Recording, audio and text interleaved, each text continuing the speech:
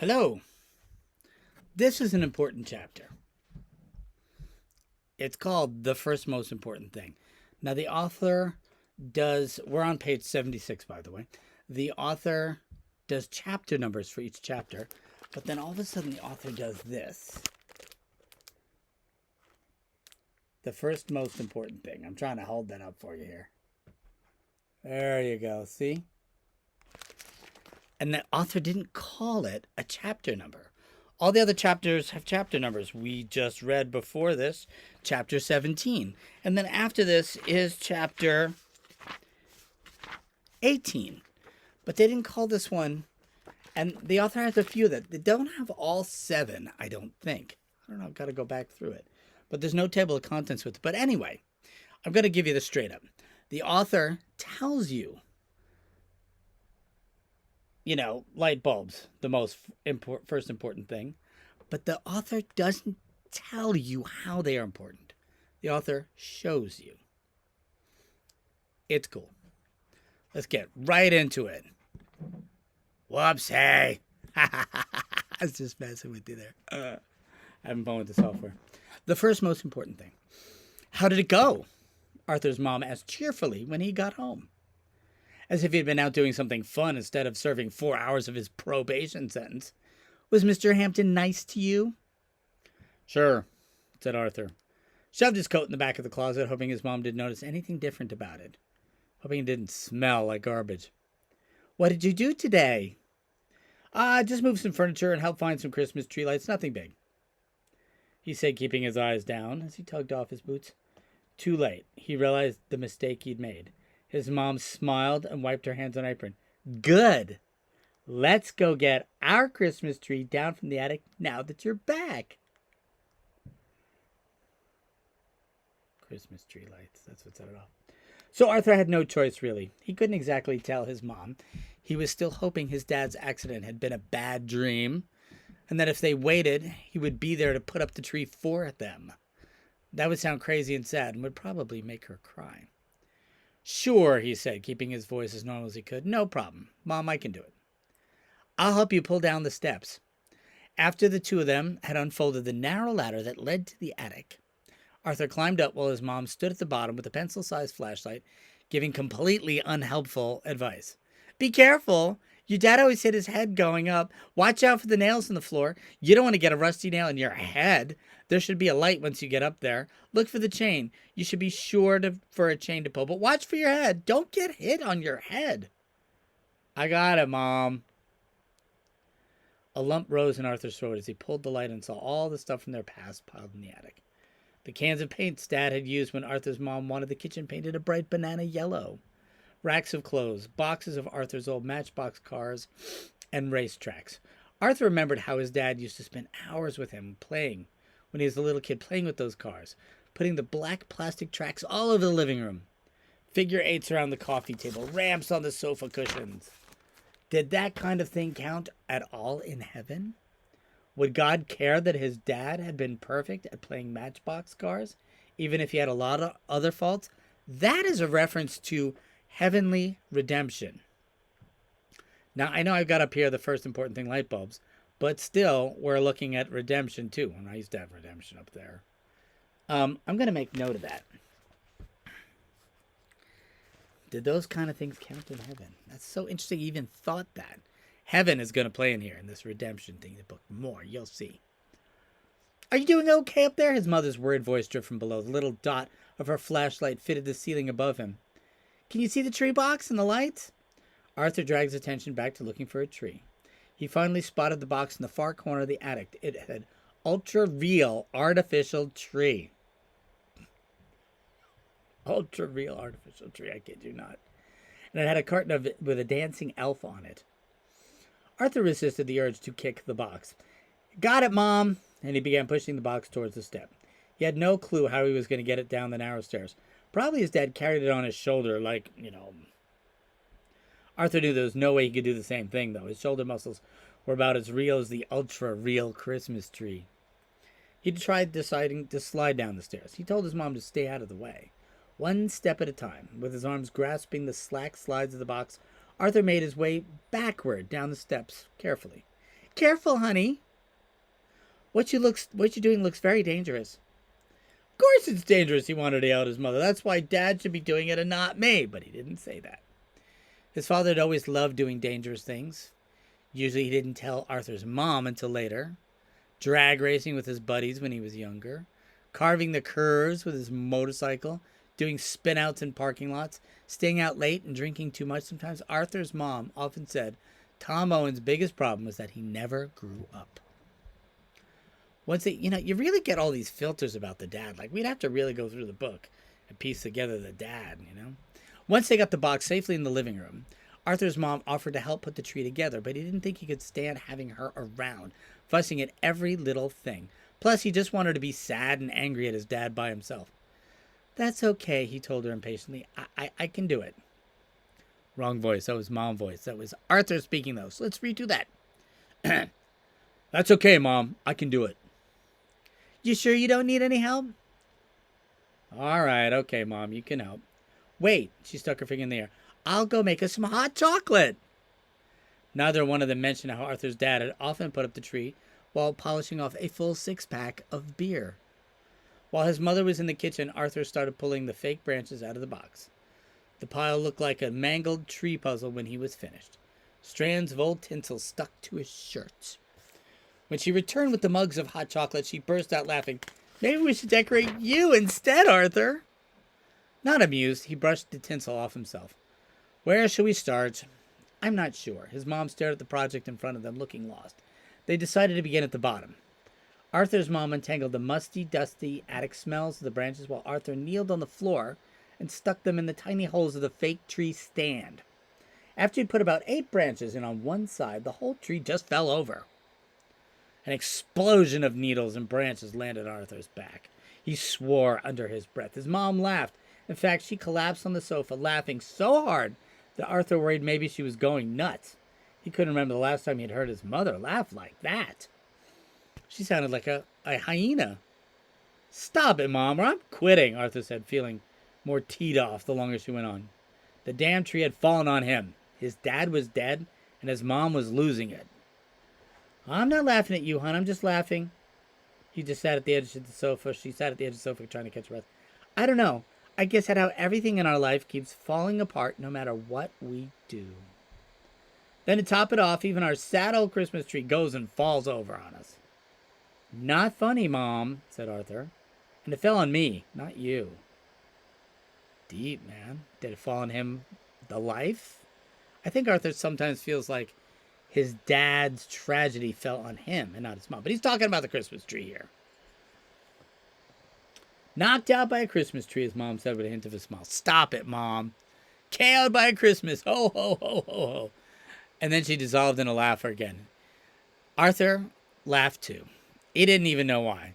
There was a huge lump in his throat and he wanted to cry or hit something, but here he was laughing with his mom.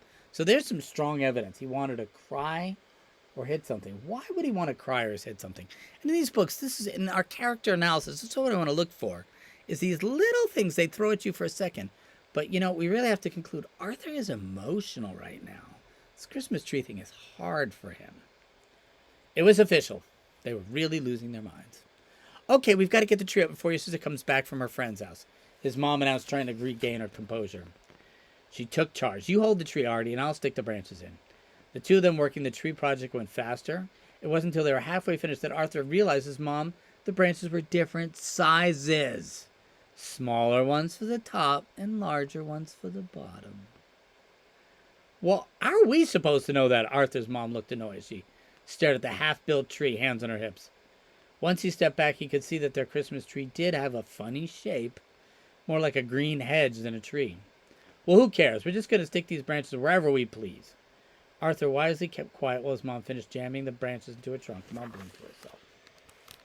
The lights and decorations were the final steps. Arthur's dad had always been a perfectionist about the lights. Maybe it came from him being a mechanic. He'd been very fanatical about making every wire was hidden, every bulb tucked into the branches. There couldn't be any dark spots. Black holes, his father called them. Arthur and his mom were not perfectionists. They strung the lights around the tree in less than 5 minutes.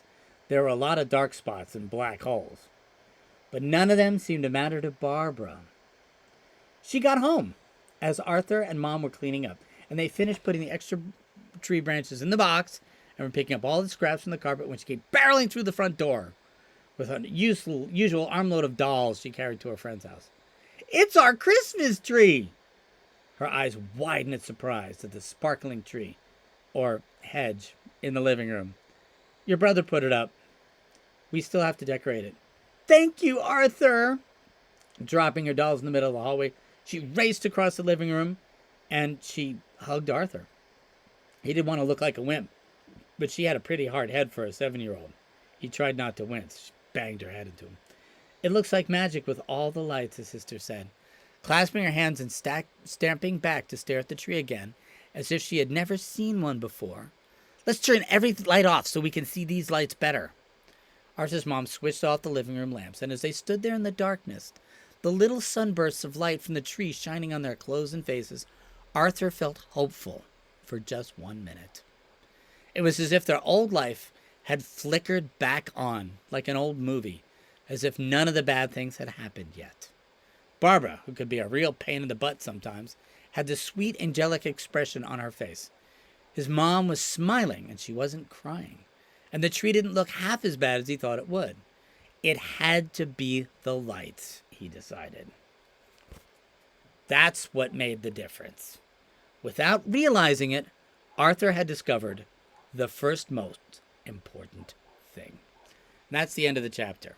So as you can see, with our first chapter about these important things, what was important was not the light bulbs, but the warmth and the family cohesion and the moment of redemption and healing. They felt saved for just a moment from everything that had been difficult for them.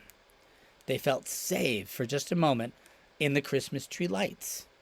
So this is definitely a theme of the book, that things become saved, people become saved when they connect to meaning. And the bulbs brought the light and brought the memory of Christmas, but they brought their first moment of hope for this family since the dad had died. Think about everything that's gone on. The dad died. Arthur went to juvie. The mom's been having a hard time. Barbara's had to be watched by the brother while there's just this feeling of going down, down, down, down. And finally, for the first time since the dad died, and maybe even for the first time, they feel this moment of warmth, happiness, and hope. Just for a minute.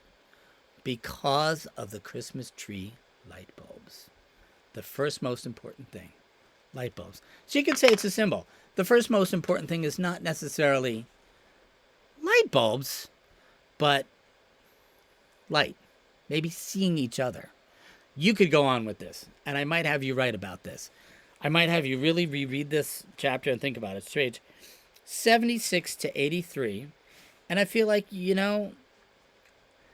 it's worthy. All right.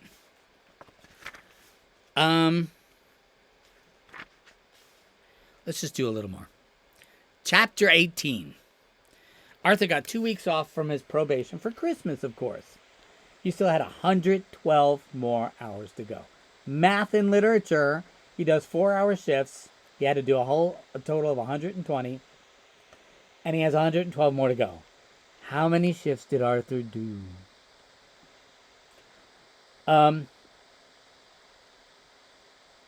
Officer Billy gave him the news. He wasn't expecting a visit. In fact, Arthur looked out the window and saw a cop car pulling up in the driveway late Monday afternoon. He panicked at first. He thought something bad had happened to his mom or Barbara. They had gone shopping after school because Barbara needed new shoes and his mom needed a dress to wear for the big job interview she had at the dentist's office on Wednesday. The dentist was looking for a full-time receptionist. If Mom got this job, it would mean she could quit her 2 lousy part-time waitressing jobs. Arthur was not trying to hope too much. He really wanted her to get it. When Officer Billy stepped out of more hope, from that feeling of hope from the light bulbs. When Officer Billy stepped out of the car, Arthur released the shaky breath he had been holding. At least he knew everything was okay with Mom and Barbara, even if it may be not okay for him. The officer carried something as she came up to the front door. He could tell it looked like a round container. He figured it was from the junk man, returning something else he didn't like. He opened the door for Officer Billy. He wished he wasn't wearing the wrinkled jeans and undershirt he had thrown on when he got home from school. But he hoped he didn't have peanut butter on his teeth, at least from the sandwich. May I come in for a minute, Mr. Owens? Officer Billy said in her official cop voice. Yeah, sure. Okay, yes.